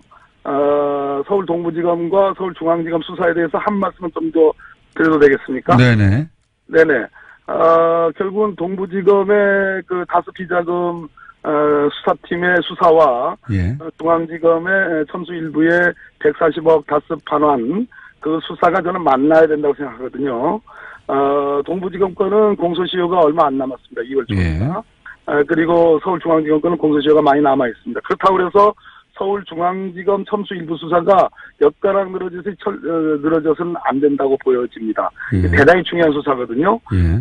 또 동부지검 수사가 진척이 된다고 그래서 중앙지검 수사가 뭐 물타기를 한다든지 거꾸로 중앙지검 수사가 있기 때문에 동부지검 수사에서 면죄부를 준다든지 이런 관계가 돼서도 저는 안 된다고 생각합니다. 예. 동부지검 수사 관련해서 제일 중요한 것은 이 120억이 실제로 다스에 들어갔느냐. 예. 형식상은 다수로 들어간 것처럼 보여지는 측면이 있습니다. 정호영 특검도 그렇게 얘기하고 있습니다. 그러나 실제로 들어갔느냐라는 것은 대단히 중요하기 때문에 예. 검찰이 반드시 또 국세청이 반드시 조사를 해야 되고요. 또 그게 하나 왜 중요합니까? 그때 이 120억은 2008년 특검이 120억의 비자금을 찾았는데 당시 수사 결론은 경위 한 사람이 다 개인적으로 횡령한 것이다. 이렇게 결론했던 120억이고 그 120억을 다스로 다 돌려놓았다라는 게 이때까지 알려진 바인데 그게 실제로 갔는지 확인하는 게 왜 중요합니까? 120억을 돌려놨다는 것은 특검이 끝난 직후고요. 네. 그러니까 당연히 그 특검 시점에서는 조 모양이든 당시 사장인 김성우 씨든 다 처벌 수사 의뢰를 했어야 되는데 하지 않았습니다. 그렇죠. 예. 물론 특검이 끝난 뒤에 이 120억은 장부상 돌려간 것으로 보여집니다. 장부상. 네. 근데 이것이 실제로 돌려가졌는지는 수사의 지금 대목이라는 말씀을 드리고요. 네. 또 하나 중요한 것은 별개의 비자금 의혹이 있고요. 그런 내용들이 조금 나오고 그렇죠. 있죠. 예. 제가 가장 관심을 갖고 있는 부분은 예. 다스가 스위스에서 풀려갈 수 없는 것을 김경준 씨하고 이렇게 조정을 통해서 미국 법원 조정을 통해서 140억을 지금 옵션 캐피털로 가야 되는데 가져갔지 않습니까? 예. 이 140억은 어디로 갔냐는 겁니다. 그렇게 돌아온 140억이 어디로 갔느냐? 그건 어디로 가느냐. 이것은 대단히 중요한 문제라는 걸 말씀을 드리고요. 왜 중요합니까? 의미를 짚어주십시오. 140억이 청와대, 지금부터 아까 여쭤보신 것처럼 네. 청와대 민정수석실에 파견 나가 있는 4급 행정관이 한 번도 아니고 2번이나 관여한 사건입니다. 이거는. 예. 이걸 지금부터 얘기하려고 그러는데요. 예.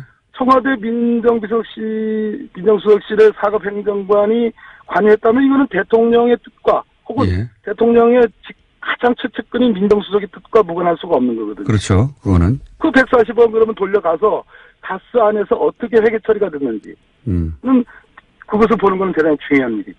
무엇 때문에 그 무리를 해서라도 옵셔널 캐피털 피해자들의 2차 피해를 주면서까지 140억을 위법한 방법으로 돌려갔느냐. 네. 근데 그 돌려간 140억이 어디로 갔느냐.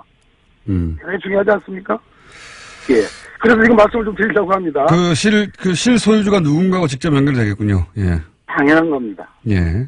그래서 아까 우리 김원준 공장장께서 두 가지를 물어보셨는데 하나는 주진우 기자가 이미 공개한 예. 김경준 관련 LA 총영사 검토 요청 사안입니다. 이게 2009년에 작성된 문건이잖아요. 예. 이 문건에 아까 제가 말씀드린 민정수석실 4급 행정관 이분은 양모 행정관입니다. 예. 이분은 현직 검찰청의 사무직 고위직 종사자입니다. 현직입니까? 아, 그렇군요. 현직입니다. 예. 현직이고요. 이분이 그 모방송 시사 프로그램 인터뷰한 것에 의하면 권재진 당시 민정수석도 대략은 알고 있다. 당시 비서관에게 보고한 사안이다라고 얘기를 했습니다. 예. 예, 엄청난 얘기죠.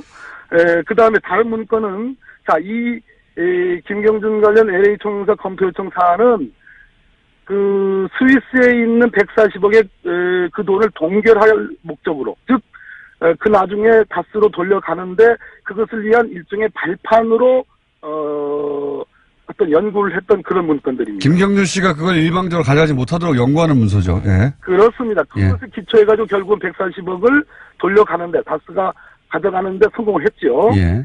즉 이것은 공격에 해당합니다. 공격. 예. 자, 이번에 말씀드리는 거는 방어에 해당하는 문건인데요. 예. 그거는 2012년도에 공동방어협약서 대응방안이라는 문건입니다. 예. 공동방어협약서 대응방안이라는 2012년도 작성 문건인데 여기에도 협의자로 김재수 전 통영사, 예. 김재수 그 변호사가 등장하고요. 예. 이 양모 그 당시 민정수석실 행정관 또 등장합니다. 협의자로. 예. 자, 이분이 이걸 인정했습니다. 당시 다스에 감사했던 이모 씨로부터 전화를 받아가지고 협의자로 오케이 했다라는 것을 그 방송에서 인정했습니다. 네네. 근데 제가 이 내용을 읽어보니까 이것은 아까 140억을 다스가 돌려가는데 기여했다는 것이 김경준 관련 LA 총영사 검토 요청 사안 그 문건이었다면 그건 공격 문건이고요. 예. 이 공동방어 협약서 대응 방어 문건은 돌려간 140억에 대해서 옵셔널 캐피털이 이 다스를 상대로 너 그 140억 가져간 거 불법이니까 토해내 라고 하는 소송을 다시 제기합니다. 예. 그 소송에 대한 일종의 방어 문건입니다. 이 공격과 방어 문건에 이명박 대통령 청와대 민정수석실의 사법행정관이 다 개입이 돼 있고 김재수 씨가 다 개입이 돼 있습니다. 그러니까 사기업에 돈을 돌려받는데 이명박 대통령의 청와대가 그리고 그 청와대 민정수석실이 다스라고 하는 사기업에 돈을 돌려받는데 공격과 방어에 왜 이렇게 개입을 했느냐 이거 아닙니까? 그죠? 바로 그렇습니다. 예. 대통령의 돈이 아니라면. 거기 권재주 민정수석이 등장하잖아요. 그 양모 행정관의 진술에 의해서 권재주 민정수석이 이분이 나중에 법무부 장관 한 분입니다. 그렇죠. 예. 그러니까 대통령의 돈이 아닌데 대통령의 인사들이 움직일 리가 있느냐 이런 의혹이신 거죠, 기본적으로. 그렇습니다. 그 대응 문건을 보면 예. 기가 막힌 얘기가요. 이게 이제 미국 영어를 이제 번역을 하다 보니까 좀 한국적인 표현은 아닌데 한번 제가 넉 줄만 읽어보겠습니다. 예. 미국 정부 등이 본 협약에 의한 공동방어 자료를 강제로 노출시키려 하는 경우 소환 영장 및 기타 다른 강제 서면을 받은 당사자는 그로 인해 영향을 받을 수 있는 공동방어 자료를 가진 각 당사자가 공동방어 자료의 노출을 방지하기 위한 기회를 가질 수 있도록 즉시 그 사실을 알려야 된다. 즉 미국 정부에 의해서 이 소송에 공동방어 자료가 노출될 수 있는 그러한 가능성이 있는 경우는 모두 다 입을 닫아라. 또 다 알려줘가지고 입을 닫게끔 하도록 하는 그러한 대응 방안 문건입니다. 그렇군요. 그러니까 소액 투자자들이 옵셔널 벤처즈의 소액 투자자들이 돈을 되찾고 싶어서 법원을 통해서 뭔가 자료 공개를 요구할 때 그럴 때 다스 측에서 어떻게 방어할 것인지를 왜 청와대에서 연구했느냐 이런 말씀이십니다. 예. 그렇습니다. 자, 그런 문건도 있고 그런 문건도 있고 이제 문건을 계속 나오고 있습니다. 그런데 결국 일반 시민들이 궁금해하는 것은 이겁니다. 예. 이명박 전 대통령을 소환 가능할 것인가? 네.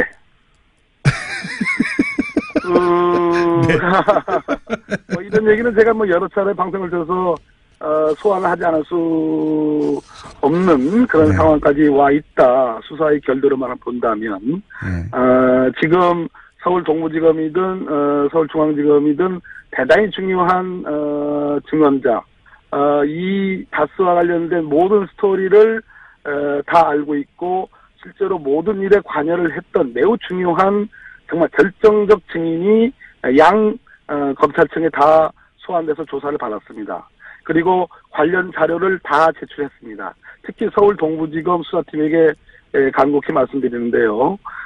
이분이 낸 자료들에 대한 철저한 기자 추적, 물론 서울지방국세청이 지금 특별세무조사를 하고 있습니다만 검찰도 특별한 아주 철저한 기자 추적을 해야 되고 이분의 진술에 입각한 엄정한 수사가 저는 이 수사의 성패를 좌우할 것이다. 라는 말씀을 꼭 드리겠습니다. 마지막 질문인데 시기는 언제로 예상하십니까? 예상이지만. 이 수사가 완전하게 정말 순풍에 돛단 듯이 가고 있는 것만은 아닙니다.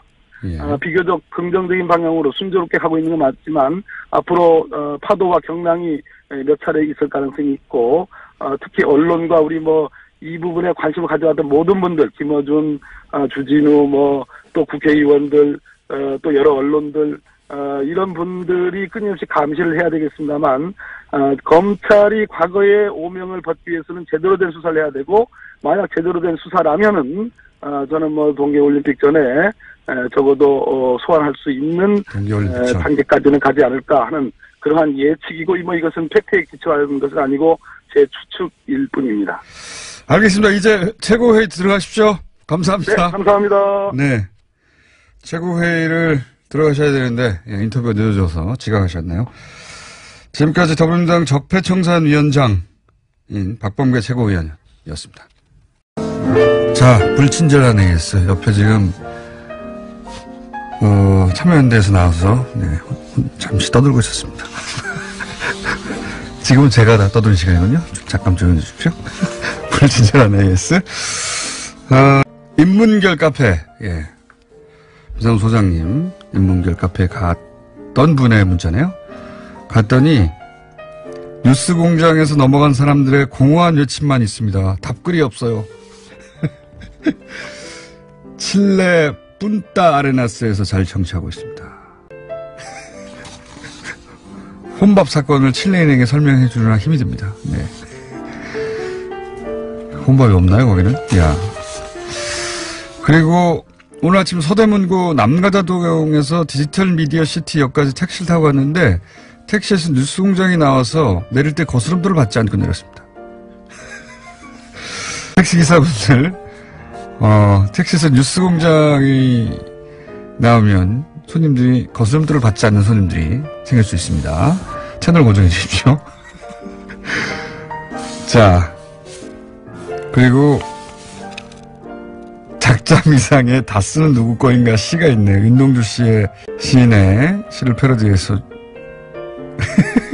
죽는 날까지 하늘 누르러 한 점 부끄러 먹기를 주진우의 끝없는 추적에도 나는 괴로워했다. 뭐 이런 시입니다. 재밌습니다. 그런 문자도 와 있고요.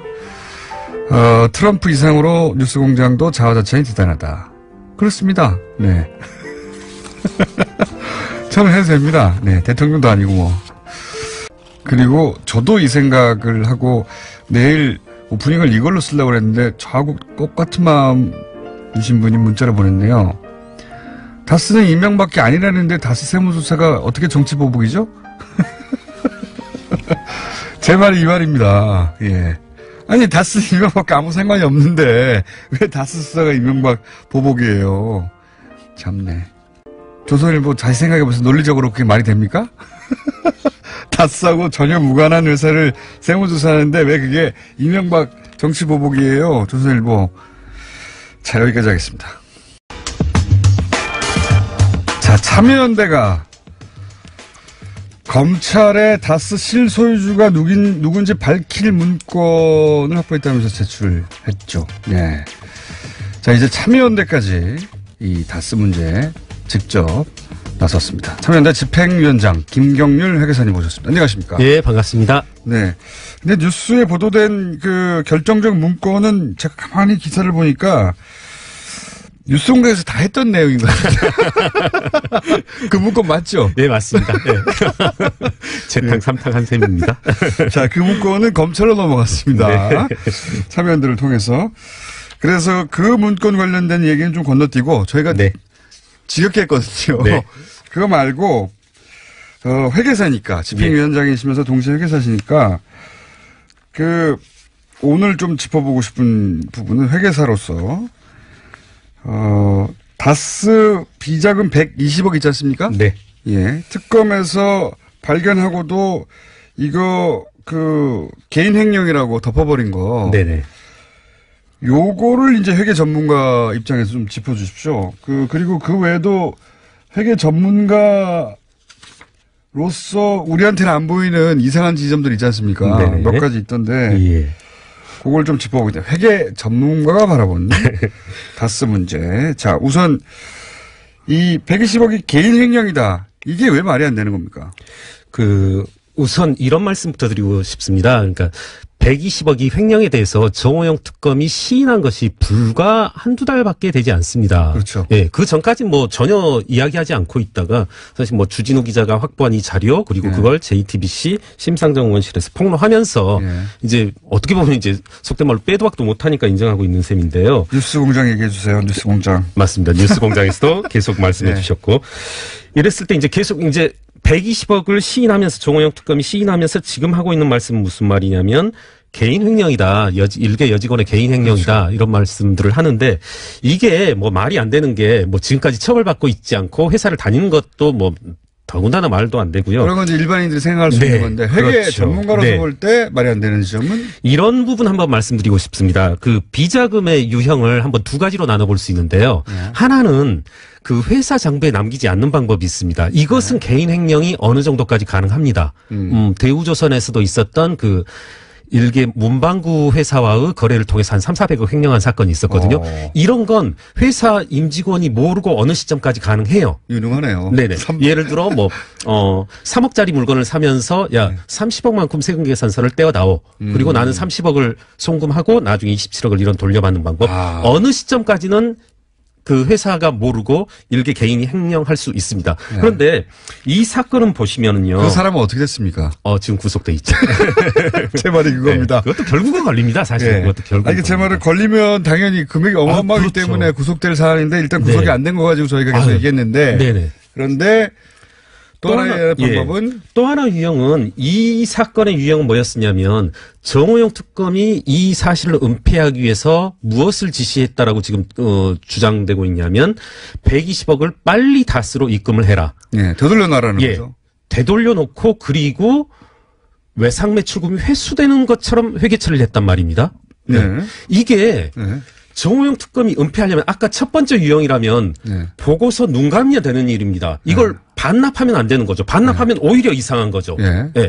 그런데 이 사건은 반납하고 외상매출금이 회수된 걸로 처리하라는 말은 그 전에 이미 외상매출금으로 지금 이게 계상이 돼 있었고. 장부에 남아 있었다. 그렇죠. 장부로 남아 있었고 120억은 회사의 오너가 갖다 쓴 그런 거죠. 이게 막 어렵게 조성한 게 아니라 이건 회사의 오너가 알아서 갖다 써버리면 이렇게 발생하는 유형입니다. 외상으로 쳐놓고 나중에 외상을 계속 안 받는 거죠. 그렇죠. 받을 수가 없는 거죠.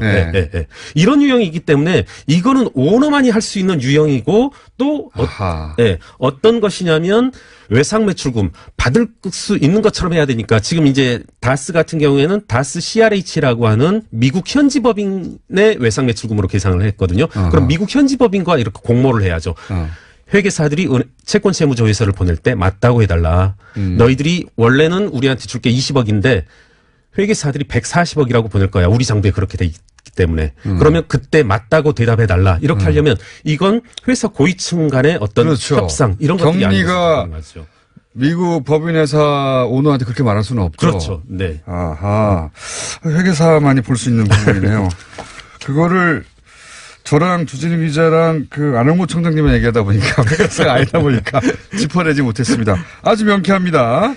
이건 장부상 남아있기 때문에 개인이 혼자 할 수 없는 일이다. 네, 맞습니다. 네, 이거는 실소유주가 돈을 외상 처리하고 빼먹은 건데 빼먹었다 도로 돌려놓은 거죠. 그렇죠. 은폐하기 위해서. 그렇기 때문에 이거는 여직원 혼자 정호영 특검도 회계사가 아니다 보니까 그런 점은 생각을 못했나 보네요. 자, 이거는 어떻습니까? 그러면 차명 보유한 120억 원을 이제 다스 법인 계좌로 회수했어요. 결국은 회수했는데 이 과정에 또 수상한 내역이 있다. 자세히 들여다보면 이제 지금은 그건 혼자 할 수 없다는 얘기를 한 것이고 회수 과정에 이상한 지점이 있다라고 하셨는데 그건 뭡니까? 이곳에서 뉴스공장에서 처음 얘기하는 건데요.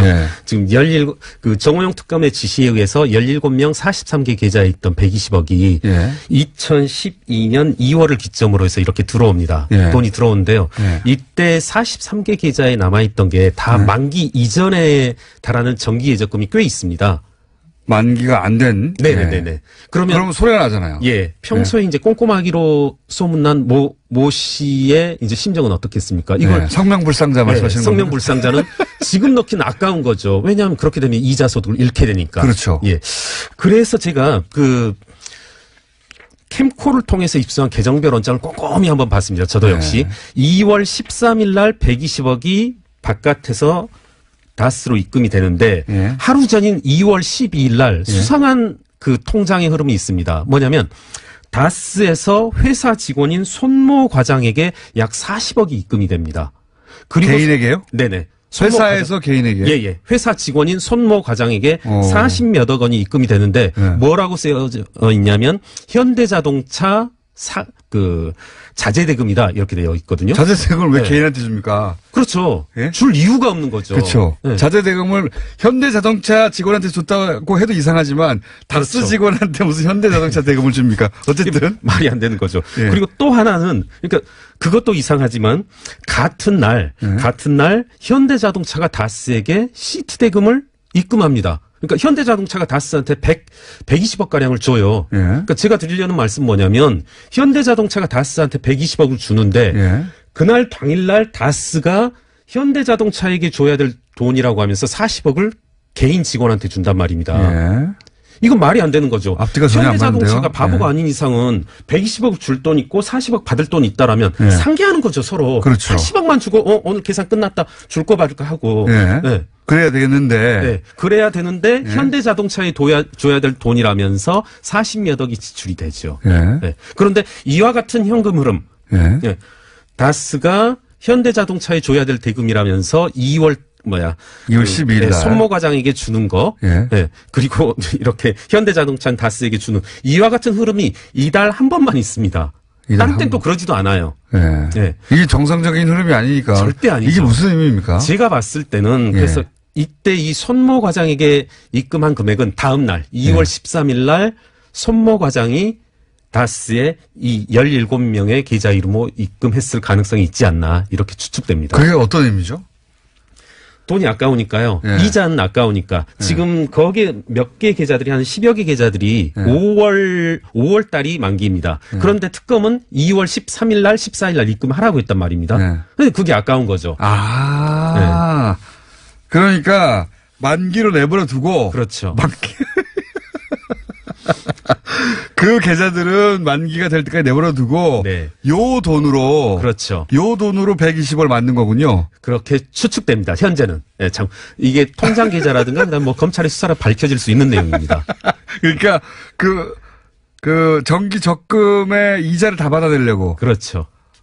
이해 가셨는지 모르겠는데 저는 지금 방금 이해했습니다. 무슨 얘기냐면 한꺼번에 검찰은 2월 13일 날까지 한꺼번에 다 해지하라고 했는데 그럼 120억이 들어와야 되잖아요. 근데 그중에 일부는 맞습니다. 만기가 아직 안 된 거예요. 그러니까 120억을 현대 쪽에서 받았나요, 그러면? 120억을? 근데 이 현대로부터 받은 돈은 이게 정상적인 그 매출에 대한 그 대금인 것 맞는 것 같습니다. 하필이면 또 120억인데. 그런데 이제 이 돈 중에 일부를 이제 빼서 17명의 이름으로 입금을 해야 되니까 손모 과장에게 보내고 난 다음에 손모 과장은 그것을 뭐 다른 이름 찍히게 가능하거든요. 손모 과장이 그 40몇 억을 어떻게 처리했나를 검찰에 확인해보면 금방 알겠네요. 그렇죠. 네. 이자가 아까워서 47억을 손모 과장한테 줘가지고 그 돈을 만기를 채우도록 처리하는 데 썼을 추측됩니다. 현재까지의 자료는. 그러면 왜 이렇게 계좌를 많이 분산시켰을까요? 그 이유는 이렇습니다. 여러 가지 이야기들이 있는데요. 17 이것도 상당히 이 부분은 한번 짚고 넘어갈 필요가 있는데 이 17명 43개 계좌라고 하는 게 이게 쉬운 일은 아닙니다. 그렇죠. 이게 상당히 조직적이고 상당히 또 깊은 지식이 있어야만 가능한 거거든요. 담당자가 확실히 있어야 되는 거 아닙니까? 그렇죠. 이거 역시도 이제 사실 일 개인이 여직원이 할 수 있는 개인의 일을 넘어서고요. 말씀하신 이제 질문에 대한 답변을 드리면 이게 그렇습니다. 17명 43개 계좌를 보면은 모두 다 10억 미만으로 이렇게 되어 있습니다. 딱 한 명만 이제 11억, 10억 7천만 원 이 정도이고요. 이게 뭐냐면 그 예적금이 10억을 넘게 되면은 당시 이자율을 4% 안팎이라고 본다라면 4천만 원 연간 이자 소득이 4천만 원을 넘게 됩니다. 그렇게 되면 이자 소득이 연간 이자 소득이 4천만 원이 넘게 되면 금융소득 정확가세가 이분에게 적용이 되거든요.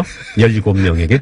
그럼 이게 이제 주목해야 될 건 뭐냐면 금융소득 정확가세로 인해서 세금을 두들겨 맞는 것은 별로 두렵지 않습니다. 그렇게 크지 않습니다. 제가 1년에 이자 소득이 5천만 원 발생했다고 해서 그 이자를 종합소득세를 더 내냐? 별로 내지 않습니다. 다만 뭐가 문제가 되냐면 김경률이 연간 이자 소득이 5천만 원이 있다라고 하면 세무서에서 보기에 그런 거죠. 김경률은 애는 예적금이 약 20억 정도가 있다. 그러면 애가 김경률이 20억이 있으려면 과거 한 5년 정도의 네. 소득을 한번 보자. 근로소득 쭉 한번 봤더니 연간 4천만 원, 5천만 원, 4천만 원, 5천만 원. 얘는 그러면 좀 설명해야 될 필요가 있고 애가 직접 네, 어떻게 20억을 만들었지? 설명을 받아야 되겠다. 이런 거죠. 그러니까 이렇게 비자금을 은폐하는 분 입장에선 17명이 필요했던 이유는 12억을 다 모두 다 10억, 7억, 8억, 6억 이렇게 잘게 부술 필요가 있어서 이렇게 조직적으로 해놓은 거죠. 그러니까 소위 이제 국세청의 세무 사찰에 눈에 띄지 않으려고 하는 거였군요. 그렇죠. 네. 이거는 이게 전문가가 한 거네요. 그렇죠. 네. 이것은 아주 체계적이고 조직적이고 깊은 지식이 있어야만 가능한 이런 형태입니다. 그러니까요. 이렇게 9,000개 많은 계좌를 나누면 관리도 힘든데 굳이 이렇게 나눈 이유가 있었다. 예, 맞습니다. 국세청에 들여다보지 않도록 만들려고 하는. 말씀처럼 뭐 2명보단 1명, 10명보단 5명, 3명 이렇게 줄어드는 게 좋을 텐데 이렇게 했다는 것은 그만큼의 이제 이유가 있고. 전문가가 관리한 것이다. 예. 이건 어떻습니까? 80억이 120억으로 불어났다. 이거는 그 소위 그 경리가 돈을 고금리 상품에 잘 투자해서 불렸다고 하는데. 네. 이거는 보시기 이상한 점 없습니까? 이게 지금 아까 이제 제가 120억 계좌에 대해서 그 정호영 특검이 아주 최근에 인정을 했고 80억이 120억이 됐다. 이게 누구에게서 맨 처음 나왔나 하고 제가 좀 검색도 해보고 고민도 해봤는데 지금까지는 정호영 특검 측에서 나온 말로 보입니다. 그런 것 같아요. 네네네. 네. 그런데 이게 말이 되질 않고요. 우선 80억이 120억으로 예적금의 형태로 관리돼서 불었다. 이거 말도 안 되고요. 예금 적금으로 80억이 120억이 되면 다 예금 적금 들죠. 그렇죠. 네. 주식하지 않죠. 그리고 이런 말씀 드려도 될지 모르겠는데 제가 동부지검에 고발인 조사를 받으러 갔는데요. 네. 동부지검 이제 검사분, 수사관 분들이 이렇게 다 과거 그 특검 자료들을 열람하고 있더라고요. 그러다가 이렇게 페이퍼들이 오고 가는 걸 봤는데 그 페이퍼 내용 중에 하나가 이게 있더라고요. 쪽지 중에 하나가. 그 정호영 특검 자료 중에 2003년부터 2008년까지 지속적인 횡령들이 일어나고 있는 것들을 요약해 놓은 그 페이퍼가 돌고 있었습니다. 이미. 네. 그거를 보여주는 거 아니면 힐끔 보셨나요? 힐끔 봤죠. 그때 휴대폰을 그래서 딱 찍으셨잖아요. 찍을까 하다가. 그러니까 검찰도 네. 지속적인 횡령이 있었다는 것을 네. 이미 정호영 특검 때부터 알고 있었다? 예, 알고 있었습니다. 네. 알겠죠, 당연히. 예.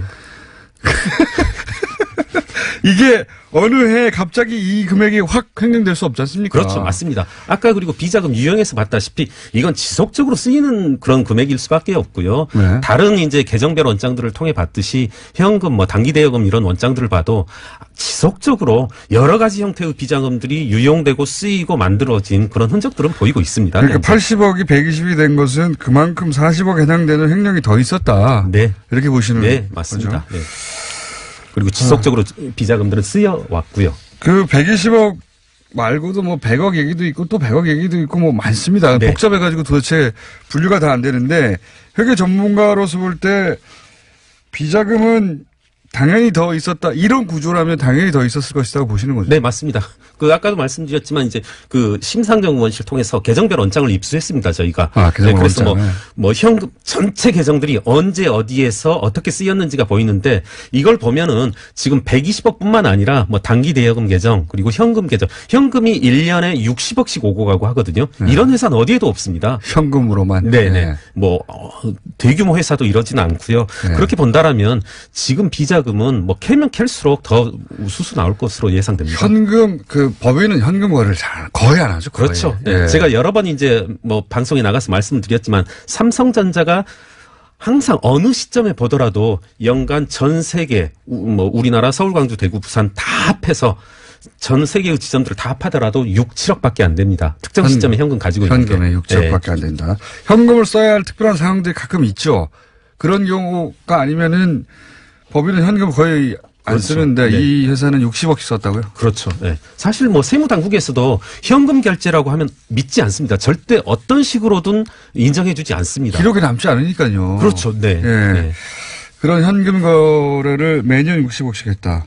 그러면 비자금은 지금 120억 문제 가지고 지금 검찰 수사하고 있는데 이거 외에 또 100억 얘기도 있고 또 100억 얘기도 있는데 이런 얘기까지 있거든요. 성명불상의 실소유주만 가져간 게 아니라 그 내부 구조를 잘 아는 내부 고위층, 그러니까 내부 그 회사의 인사들도 횡령을 자기들끼리 했다는 얘기도 있거든요. 네. 그럴 가능성도 내부 통제가 워낙 허술했기 때문에 많은 비자금이 조성되었을 이제 개연성이 있고요. 또 말씀하신 뭐 그런 개연성도 충분히 있습니다. 자기들끼리 해먹기도 했다는 거죠. 그렇죠. 네. 네. 그럴 수 있는 구조였습니까? 네네. 그러다 보니까. 예. 지금 공부를 계속하고 계시죠? 맞습니다. 주진우 기자께서 잘 자료를 안 주셔서 공부는 하고 싶어요. 아, 그래요? 네. 제가 일부러 안 주는 게 아니고요. 게을러서 그래요. 저한테 여쭤봤어요, 제가. 주진우 기자 자료를 검찰에 이것이 결정적 자료라고 제출하신 거군요. 네네네, 맞습니다. 아, 네. 작년 9월부터 저희가 여기 들고 와서 떠들었는데, 저기 막 출력돼서 돌아다니고 있었는데, 뉴스 공장에. 오늘 여기까지 하고요. 앞으로 자주 모셔야 될 것 같습니다. 예. 네. 지금까지 참여연대 집행위원장 김경률 회계사였습니다. 감사합니다. 반갑습니다. 감사합니다. 내일 뵙겠습니다. 안녕.